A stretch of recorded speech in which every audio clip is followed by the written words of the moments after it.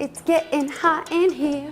So take out your oven mitt because we are making giant Snickerdoodle cookies stuffed with a maple cinnamon cream cheese frosting. Oh baby, oh baby, oh yeah. Can you tell I'm excited? I am so excited. All right, let's get to business. We are making really large and in charge 6-ounce-ish sized cookies.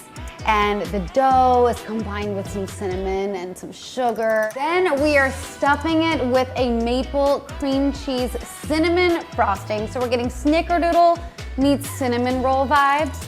And then we coat it in a cinnamon sugar and it bakes and turns into this beautiful cookie. There are 3 major steps that make them what they are. Number 1, we are making this filling. So we're making a cream cheese frosting with cinnamon and some maple syrup, and then we're gonna chill that. The second step here is to make our dough, and we are jazzing it up, of course, with some cinnamon. We're adding vanilla. Also, butter is always crucial in these kinds of cookies. I don't know if you've seen my other recipes, gooey cake batter sugar cookies and my DIY Le Fond bakery cookies. You can find them in the little description box below, but butter is always very essential. The chilling process in this recipe is 100% necessary. You'll see it in the description, you'll see it in the recipe method. Do not skip it or else your cookies are gonna fall flat and be very sad.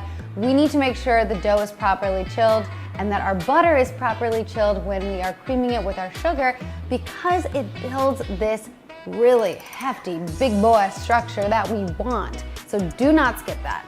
Finally, the third part of our recipe is to roll the cookie dough balls in a cinnamon sugar. So on that note, let's go to our mixing bowl and put those ingredients together. Our first step here, we're gonna add our flour, add some cornstarch.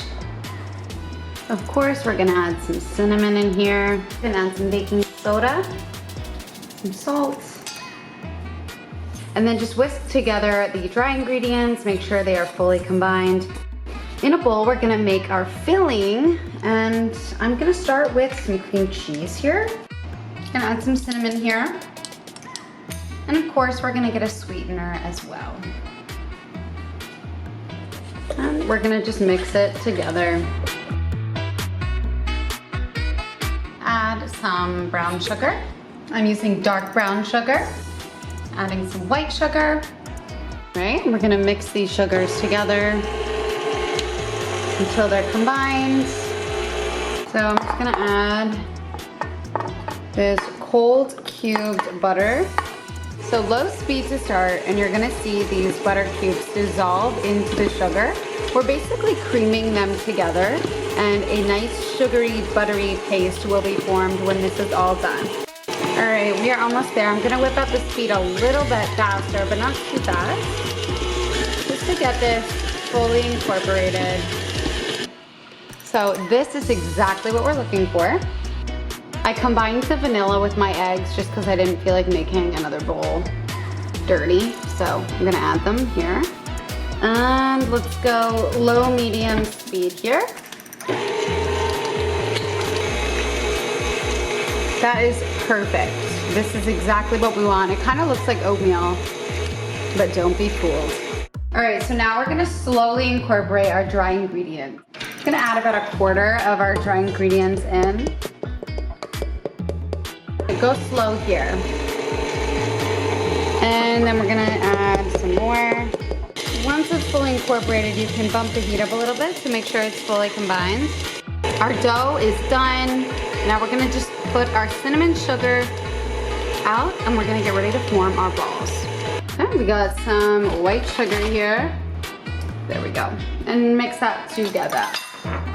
Nothing like some cinnamon sugar to get the party started. Am I right, ladies and gentlemen? So here's where the magic is gonna happen. We're gonna get our dough. We're gonna take this out. We're gonna get our filling. Let's do it. All right, so here's where we get a little technical. I'm gonna get some dough and flatten it on some parchment paper. I'm gonna just spoon a generous amount of this filling in the center. Yum. Take the dough, fold it around the filling, kind of like a burrito taco mix. It's delicious. I'm hungry now. And kind of roll this together. It's gonna feel soft, but that's why we have the chilling process before we bake, and it's gonna chill for quite a while. So don't get scared here, it's totally fine. Now I'm gonna take that cinnamon sugar that I was working on. I'm just gonna roll it. Cover it thoroughly. Oh my gosh, this reminds me of my grandmother and like the amazing snickerdoodles she used to make for us. And repeat with the rest. And I'm going to freeze these when I'm done. These have been freezing for about 1 to 2 hours.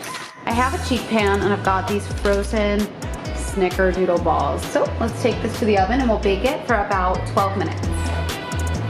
I want to show you what happens when they're in the oven. This probably isn't good for them, but you see how they're rising? They're not falling flat. That's because the dough was chilled adequately. Check this out. Oh, absolutely. These are incredible. I know you guys love the cookies, so I'm really curious to know how you like these. They're definitely different, but I absolutely am such a big fan of these large and in charge, juicy, gushy cookies. And I would love to know what other kinds of cookies you want me to make, so let me know in the comments and feel free to message me on Instagram when you're making them. If you have any questions, my Instagram account is Dining with Skyler. And of course, I would love it if you subscribe to my channel and hit that notification bell, join the fam, and I will see you guys later. I am gonna go dance or something because I've had so much sugar.